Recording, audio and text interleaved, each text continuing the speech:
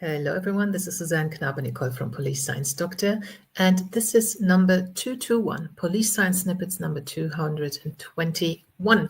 Police Science Snippets are little golden nuggets of research that has been published very recently in the fields of police science, investigative psychology, forensic psychology, evidence-based policing, crime analysis, and so on, anything related to the law enforcement field.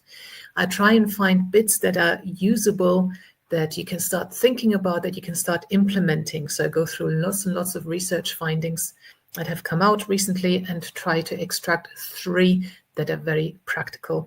And I then take them to the audience, so to speak, on the internet here. And I also email them straight into your inbox every Tuesday with a link to the regional research article. If you want to get that, it's a free service.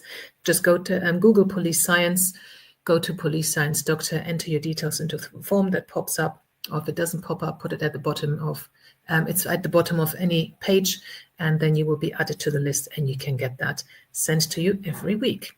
So the 3 snippets for this week. The first one is about the appearance change instruction. Before an identification procedure, witnesses are often reminded that the perpetrator may look different in a photo presented by law enforcement than he did at the crime, and that's the appearance change instruction, ACI. However, it was found that on some measures, the appearance change instruction decreased accuracy and doesn't actually provide any benefit, so we should stop doing it. The link to that research article is there. The second snippet is about stop and search outcomes. There are a range of contextual factors, mechanisms, and moderators that affect stop and search outcomes, and key factors that can either increase or decrease the likelihood of adverse stop and search outcomes.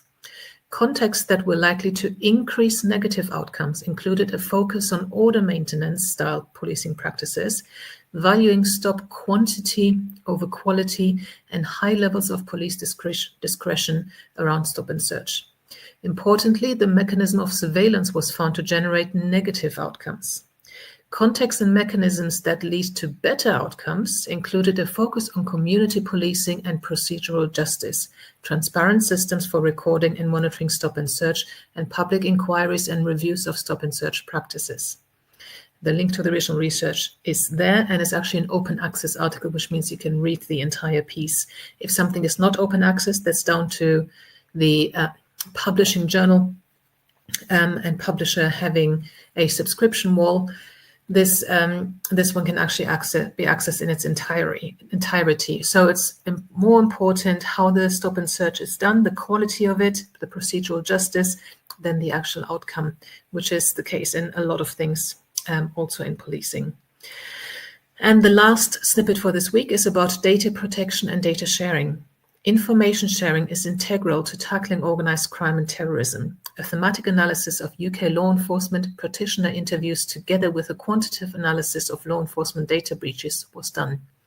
Results show practitioners identify legislation as a blockage to information sharing, but this is based on a lack of understanding rather than the failings of the legislation itself.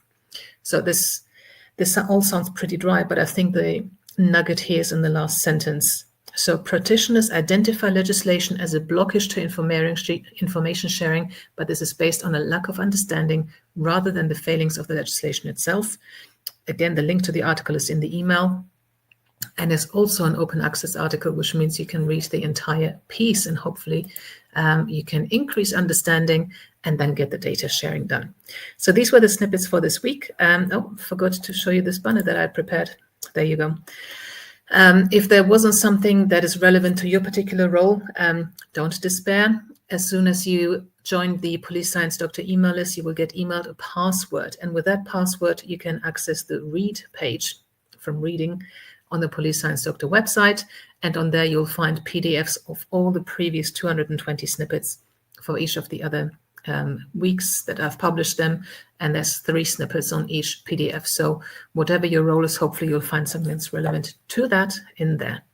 And thank you for listening, and I'll see you again next week. Bye-bye. Thank you for watching. I hope you found this content useful. You can get access to each episode's transcript with key learning points, timestamps, and references if you get yourself onto my mailing list. Just go to the main website on policesciencedoctor.com, and on the bottom of each page you will find a sign-up form for notifications of new content. Just enter your first name, your preferred email address, and the type of organization you work for. You will not get any spam. This is just for me to let you know about new content and for you to get access to all the transcripts.